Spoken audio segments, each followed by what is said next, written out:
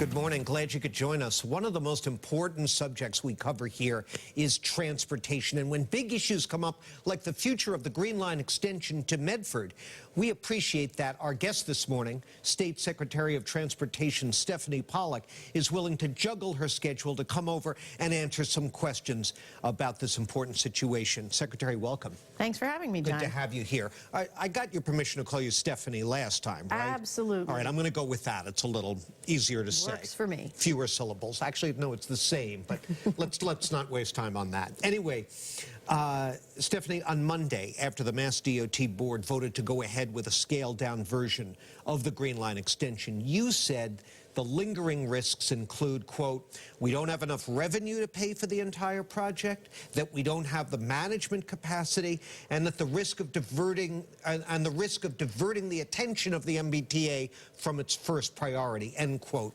Well, that just struck me as chillingly reminiscent of the issues with the Big Dig, and we're still suffering the fallout from that fiasco. What's the difference between this project and the Big Dig?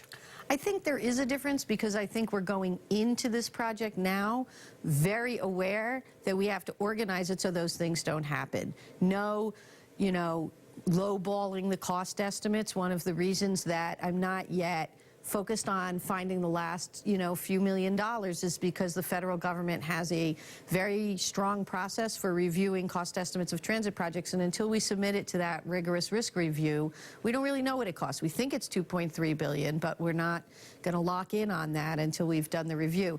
And we spent a lot of time during the look-back process deconstructing all the mistakes that were made in management and procurement, the first version of the Green Line Extension, and I think we actually have some good plans in place. I think it's a matter of discipline and remembering that our #1 priority is actually great service for the million people who already use the T every day, and while this project is important, nothing's more important than that. So you mentioned the federal approval. What are the chances the feds will look over this new plan and say, no, this is too risky, we're pulling out?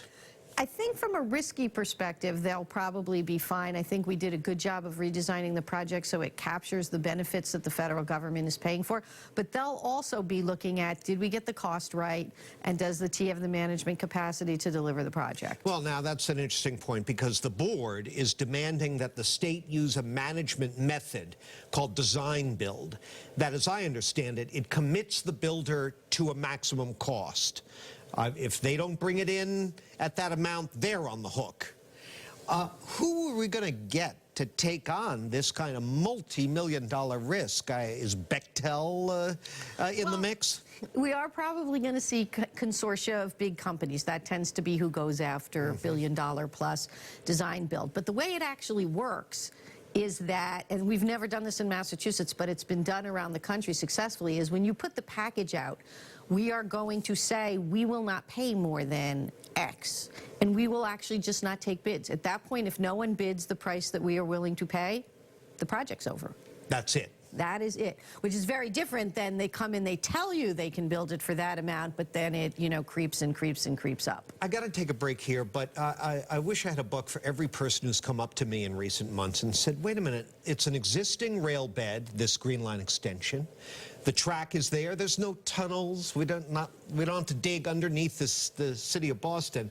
Why is it even costing $2 billion plus? So it is an existing rail bed, but it's down in a cut with bridges going over it, and the cut's not wide enough. So we're literally going to make a new space for this project.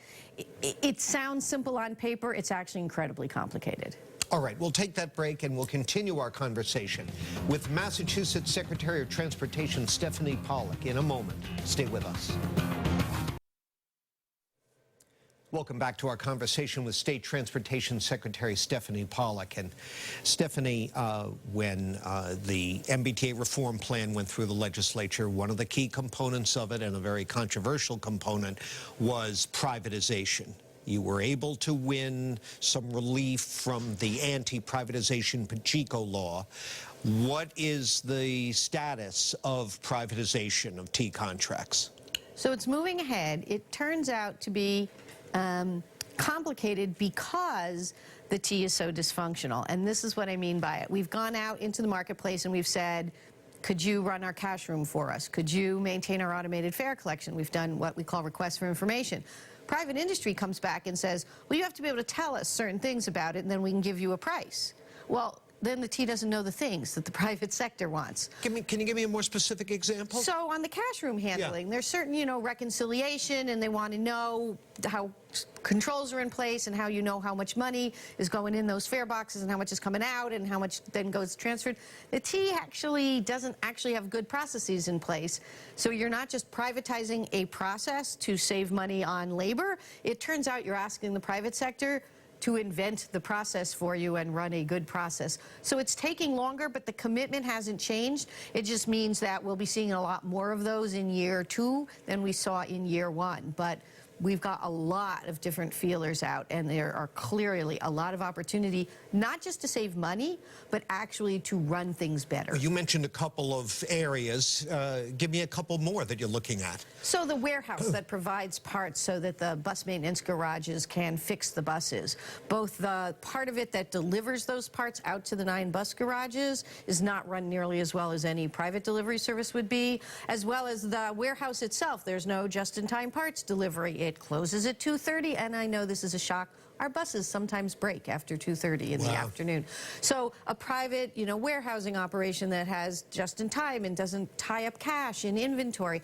One of the good things I think we found as we've really been poking around in the T is it's not actually just about dollars saved. It's really about running it as a better business in a 21st century manner, and there are a lot of opportunities, and we're going to be pursuing them. Well, in that sense, you and the Carmen's Union have something in common. You both have been sharply critical of the quality of T management over the years. I mean, in the winter from hell a couple of winters ago, I was there. You were right there at the hearings where the union leaders testified about what they believed to be terrible incompetence in management. They weren't kidding. No, and in fact, some of the issues that came up at this time last year that we talked about, we track overtime now, daily, weekly, monthly. Overtime is down. Use of the Family Medical Leave Act is down. The number of drop trips due to unscheduled absences is down. And I don't mean by 3 or 4 or 5%. I mean by 10 or 15 or 20%. So they're right. We weren't managing our workforce, and our workforce was taking advantage of us, and that's changed, and they know it. We got to wrap it up, but how would you characterize the level of cooperation with the T unions? So I would say that there's not as much cooperation as I would like to see, but they've definitely gotten the message that things are going to change, and I honestly hope they will be wise enough to help us make those changes, but the changes are going to be made. Again, we really appreciate you making time to come over here. Thank you so much for having me. Thank you, Stephanie. Appreciate it. Stephanie Pollack, State Secretary of Transportation. That's it for me. Now it's back to my colleagues for more WBZ News.